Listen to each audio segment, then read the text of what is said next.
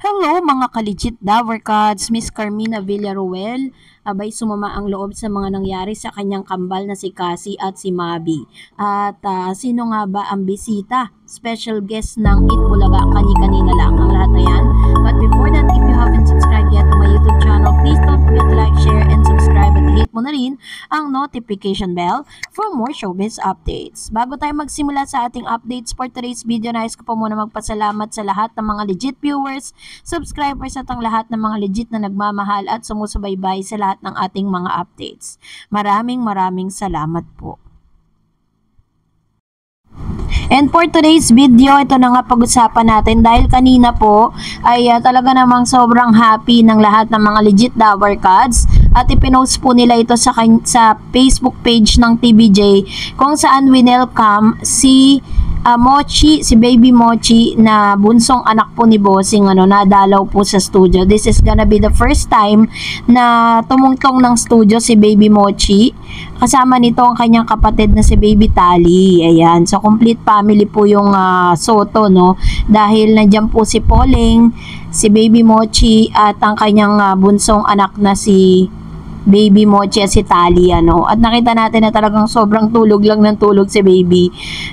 So in-enjoy po nila yung kanilang pagbisita. Yun nga lang, syempre at the age, mga ilang months pa lang kasi to si Baby Mochi.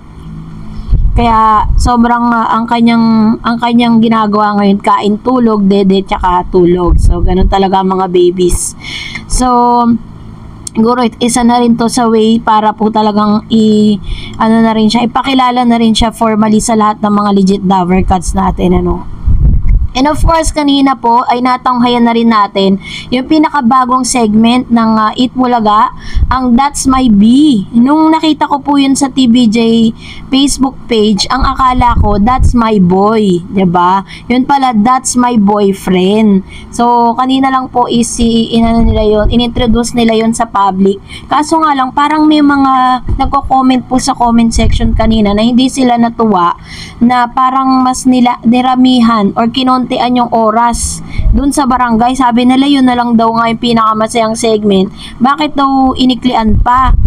So alam niyo naman hindi naman talaga napi-please ng maraming tao, 'di ba? Kahit anong gawin ng Eat Bulaga, kung talaga may basher, may basher. At ganoon din naman ginanap din ang kaarawan ni Mr. Ryan Agoncillo, kasama niya ang kanyang buong pamilya, si Miss Judian Santos, ang kanyang panganay na anak, and then yung kanyang mga kids, yung 3 kids niya, nandun si Lucho, nandun si yung kanyang bunsong anak na girl, and then yung kanyang panganay na napakagaling kumanta. Ayan, so ipinakilala na po, inintroduce po nila ito, sabi nga ng ilan sa mga bashers din. May mga bashers kasi dun sa comment section Habang nanonood po ko kanina, tinitignan ko yung mga nagko-comment, sinasabi nila na ginagaya daw ng Eat Bulaga ang segment na especially po yun ng It's Showtime dahil daw po dito sa That's My B.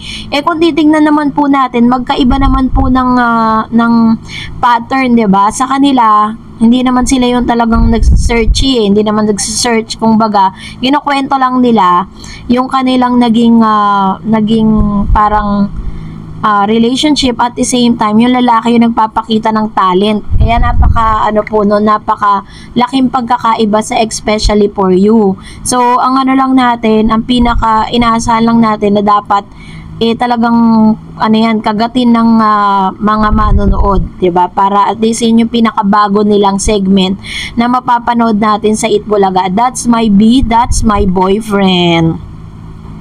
And of course, kanina rin nga, same pa rin naman, ganun pa rin yung dami ng kanilang mga viewers online and sa kanila pong Facebook page, YouTube channel, and yung sa TV5 na YouTube channel. Yan, 3 platform po yun. And TBJ, yan, TBJ page.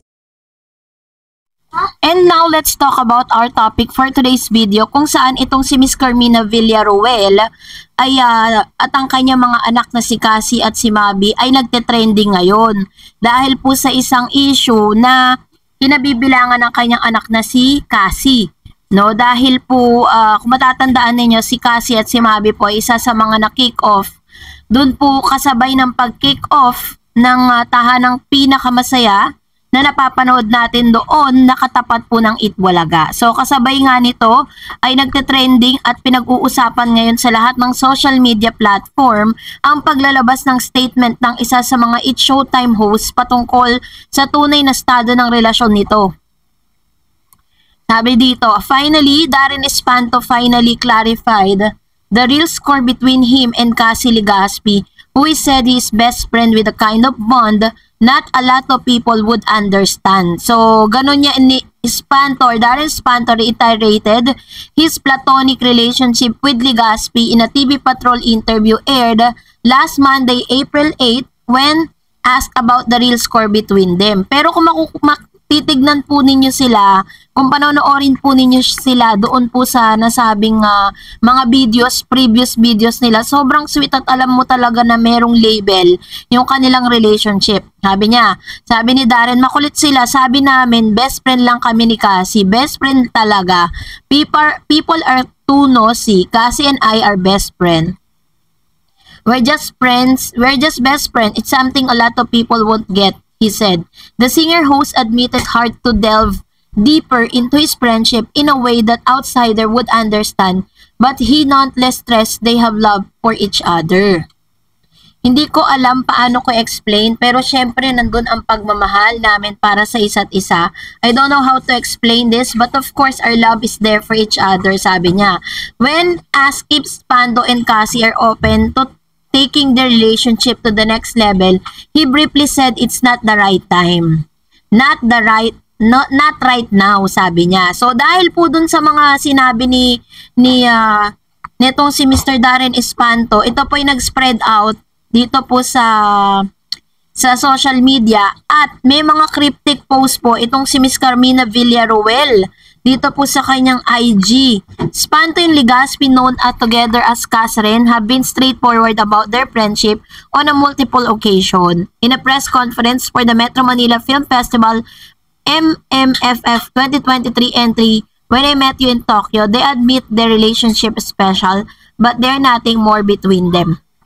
Kasi parang pinapalagay po ng ilan na parang ginughost nitong si Darren Espanto, itong si Miss Cassie Legaspi, dahil po dun sa kanyang mga pinagsasabi sa kanyang interview.